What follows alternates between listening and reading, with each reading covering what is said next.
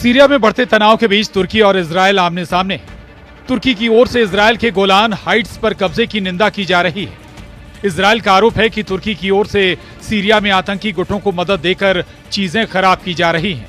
उधर तुर्की के राष्ट्रपति एर्दोआन ने यूरोपीय आयोग की अध्यक्ष उर्सुला वॉन डेर लेयन से 1 बिलियन यूरो मिलने की खुशी का इजहार जिस अंदाज में किया, उससे अमेरिका और इजरायल दहल गए। एर्दोआन ने सीरिया में नए युद्ध का ऐलान किया, जिसमें तुर्की खुलकर जंगी हथियार चलाएगा।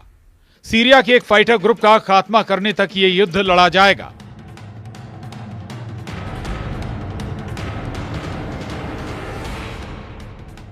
इस्लामिक स्टेट समूह PKK, कुर्दिस्तान वर्कर्स पार्टी और उनकी शाखाओं के खिलाफ लड़ाई हमारी बैठक में चर्चा किए गए मुद्दों में से एक थी।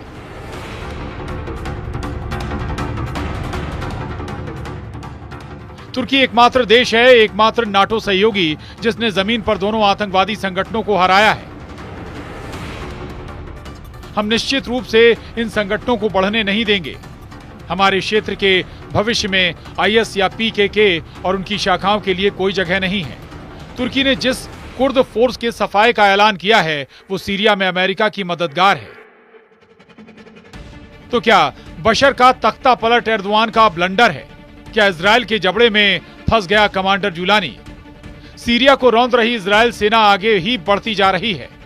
सीरिया के एक सूबे को नेतन्याहू आर्मी ने अपने कब्जे में ले लिया है। पर्दे के पीछे से युद्ध भड़का रहे एर्दोआन को आर पार की लड़ाई शुरू करनी पड़ रही है। तुर्की ने इजरायल से सीधे न भिड़कर सीरिया में मौजूद अमेरिका के सबसे बड़े सहयोगी फोर्स के सफाए का इरादा जाहिर कर दिया है।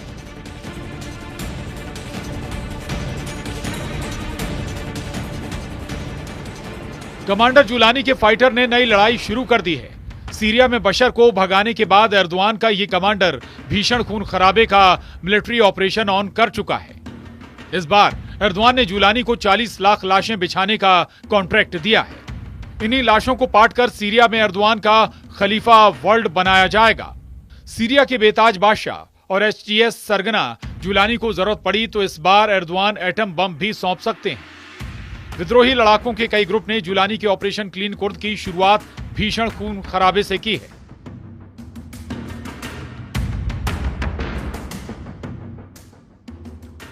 सीरिया और तुर्की बॉर्डर पर सैन्य हलचल तेज हो चुकी है। सीरिया के नक्शे पर नया वॉर जोन एक्टिव हुआ है। सीरिया तुर्की बॉर्डर पर सीरियन नेशनल आर्मी का कब्जा है। तुर्की समर्थित ये फाइटर ग्रुप सीरिया के कुर्द फाइटर के सबसे बड़े दुश्मन है। जहां पर SNA का कंट्रोल है, वहां तुर्की की मिलिट्री और हथियारों की जबरदस्त तैनाती का दावा किया गया है।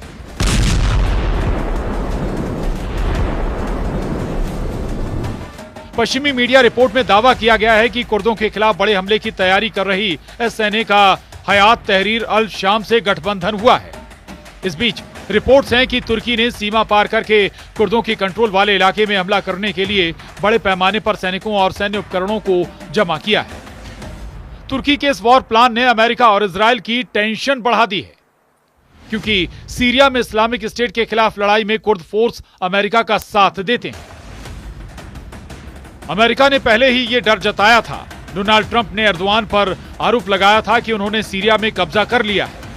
सीरिया के हालात बहुत तेजी से बदल रहे हैं। कोई नहीं जानता कि सीरिया के साथ आगे क्या होने वाला है, लेकिन मुझे लगता है कि सीरिया की चाबी तुर्की के पास होगी। मुझे नहीं लगता कि आपने ऐसा किसी और से सुना है, लेकिन मैं भविष्यवाणी करने में बहुत अच्छा हूं।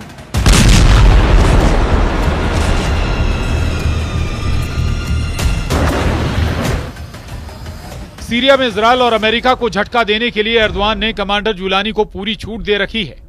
कुर्द फोर्स के खिलाफ ऑपरेशन में फ्रंट लाइन पर SNA के लड़ाके मोर्चा लेंगे। बशर तख्ता पलट जैसा वॉर प्लान कुर्दों के खिलाफ भी बनाया गया है, जिसमें तुर्की हथियारों से मदद पहुंचाएगा और तुर्की समर्थक लड़ाके युद्ध में कोहराम मचाएंगे।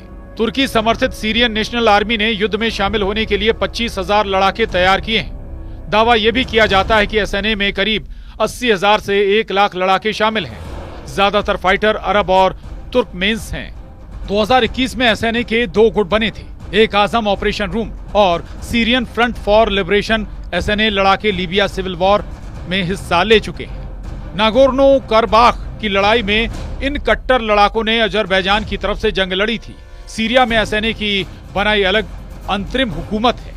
कुर्द फोर्स के खिलाफ युद्ध में उतरे सीरिया नेशनल आर्मी के विद्रोही लड़ाके ब्रिगेडियर जनरल हसन हम्मादा के ऑर्डर को मानते हैं। सीरियन नेशनल आर्मी के खूंखार लड़ाके युद्ध अपराध के लिए खाड़ी देशों में भी कुख्यात हैं। तो क्या बशर अल असद की तरह कुर्द फोर्स भी जूलानी के डर से सीरिया छोड़ भाग खड़ी होगी? क्या कुर्द लड़ाके तुर्की के आगे सरेंडर कर देंगे? कुर्द फोर्स की ताकत और उसका जंगी इतिहास तो अलग कहानी बयां करता है।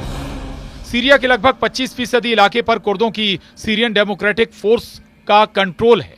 2021 तक कुर्द फोर्स के लड़ाकों की गिनती 1 लाख के पार पहुंच चुकी थी। कुर्द लड़ाके एर्दोआन के लिए लंबे वक्त से सिरदर्द बने हुए हैं। इनकी सबसे बड़ी मांग अलग कुर्दिस्तान देश बनाने की है। कुर्द लड़ाकों ने अपने संगठन का नाम पेशमेगा रखा है, जिसका मतलब होता है वो लोग जो मौत का सामना करते हैं। मतलब कमांडर जुलानी के लड़ाके अगर सिर पर कफन बांधकर युद्ध लड़ते हैं तो कुर्द लड़ाके भी जान हथेली पर रखकर दुश्मन से भिड़ते हैं। यानी ये युद्ध बशर अल असद के सरेंडर के जैसा नहीं होगा। तुर्की को बराबर की टक्कर देने के लिए कुर्द फोर्स ने भी तैयारी कर रखी है। कुर्द लड़ाकों को इस वॉर में इजराइल की तरफ से बिना मांगे समर्थन मिलने जा रहा है। इजराइल ने सीरिया में जैविक हथियारों की तबाही का मिशन शुरू कर रखा है। इस मिशन में जो भी बीच में आएगा उसे इजराइल नहीं छोड़ने वाला।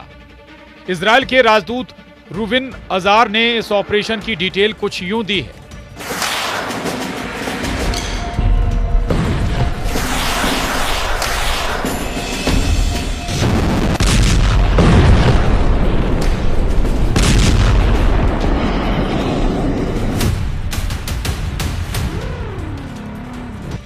इसमें कोई संदेह नहीं कि सीरिया में कई कट्टरपंथी समूह हैं। सीरिया कई वर्षों से इजराइल के लिए खतरनाक रहा है क्योंकि वो रासायनिक और जैविक हथियारों सहित सामूहिक विनाश के हथियार जमा करता रहा है। उन्होंने परमाणु कार्यक्रम करने की भी कोशिश की है। इसलिए इजराइल ने पिछले हफ्ते बहुत बड़ा उपकार किया है।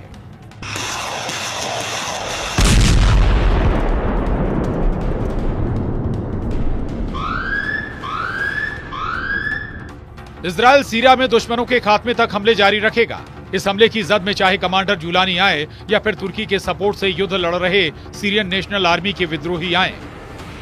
इजराइल की मिसाइलें तार्तुस और दमिश्क में तब तक फटेंगी जब तक नेतन्याहू को यकीन नहीं हो जाता कि हिजबुल्लाह और आईएसआईएस जैसे उसके दुश्मनों का दम उखड़ गया है।